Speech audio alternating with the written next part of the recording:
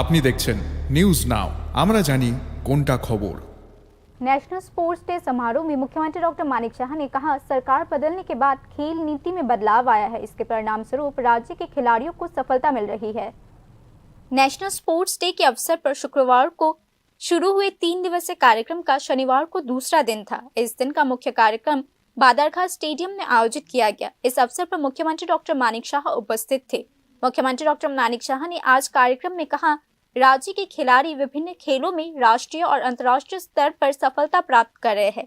राज्य के जनजाति समुदाय की लड़कियां भारतीय फुटबॉल टीम में अग्रणी भूमिका निभा रही है। राज्य में बेहतर स्पोर्ट्स इंफ्रास्ट्रक्चर का विकास किया जा रहा है।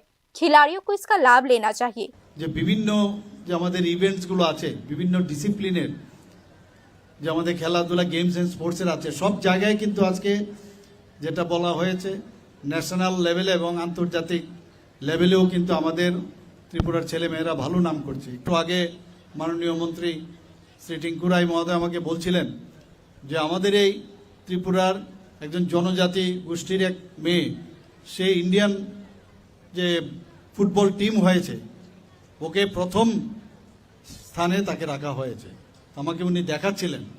তো সব জায়গায় আমাদের এখানে আমরা জানি, এর আগেও যারা আমাদের স্কুল ফুটবলে আমরা দেখেছি, যারা মানে ছেলেরা আছে, মেয়েরা, তারা কিন্তু জাতীয় স্তরে চ্যাম্পিয়নও হয়েছে।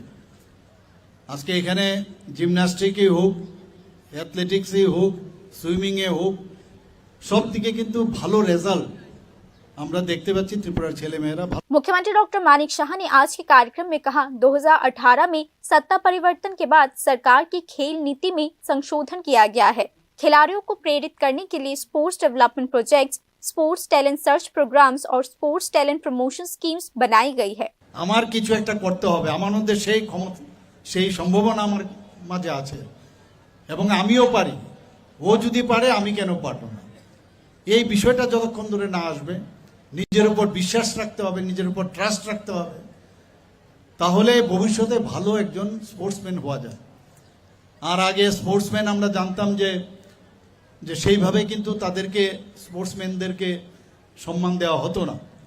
কিন্তু আমাদের সরকার 2018-তে যখন আমাদের সরকার যে বিজেপি নেতৃত্বাধীন সরকার আসার পর, যেটা একটু আগে বললেন যে আমরা অনেক স্পোর্টসম্যানদের জন্য অনেক প্রকল্প আমরা করেছি। মুখ্যমন্ত্রী ক্রীড়া উন্নয়ন প্রকল্প আমরা করেছি, মুখ্যমন্ত্রী ক্রীড়া প্রতিভা অন্বেষণ সেটা করেছি, মুখ্যমন্ত্রী ক্রীড়া প্রতিভাশালী প্রকল্প সেগুলো আমরা করেছি। এখানে বলা হয়েছে যারা ফার্স্ট হবে তাদেরকে 1 লাখ টাকা দেওয়া হবে, যারা সেকেন্ড হবে 50,000 টাকা দেওয়া হবে, যারা থার্ড হবে 25,000, সেটা হচ্ছে ব্যক্তিগত বিভাগে। আর যদি টিম ভাবে, যদি দলগতভাবে হয়, সেখানেও 50,000, 25,000 এবং 12,500 টাকা, 12,500 টাকার মতো সেভাবে আর্থিক অনুদান দেওয়ার ব্যবস্থা আছে। তো আমরা সেইভাবে আমরা করছি। এখানে खेल के क्षेत्र में राज्य सरकार ने वित्तीय वर्ष 2025-26 में राज्य के खिलाड़ियों के लिए कोइलाशहर और उदयपुर में 2 मल्टीपर्पज इंडोर स्पोर्ट्स हॉल बनाने की पहल की है। इस दौरान गोंडाटुइशा और काकरावन में सिंथेटिक फुटबॉल टर्फ बनाने की भी योजना बनाई गई है। राज्य में बनाए जाने वाले टोटल 13 सिंथेटिक फुटबॉल टर्फ में से राज्य सरकार विभिन्न स्थानों पर 11 का निर्माण पूरा कर चुकी है। स्विमिंग पूल, स्पोर्ट्स कॉम्प्लेक्स और अन्य स्पोर्ट्स इंफ्रास्ट्रक्चर के निर्माण के अलावा अगरतला के भोलागिरी ग्राउंड को एक इंटरनेशनल स्पोर्ट्स कॉम्प्लेक्स के रूप में विकसित करने की योजना बनाई गई है। इसके अलावा नौशिंगौर में इंटरनेशनल क्रिकेट स्टेडियम का उद्घाटन भी जल्द ही होने वाला है। इस दिन राज्य के कुल 39 मेधावी खिलाड़ियों को पुरस्कार और वित्तीय पुरस्कार प्रदान किया गया। Bureau report, news now.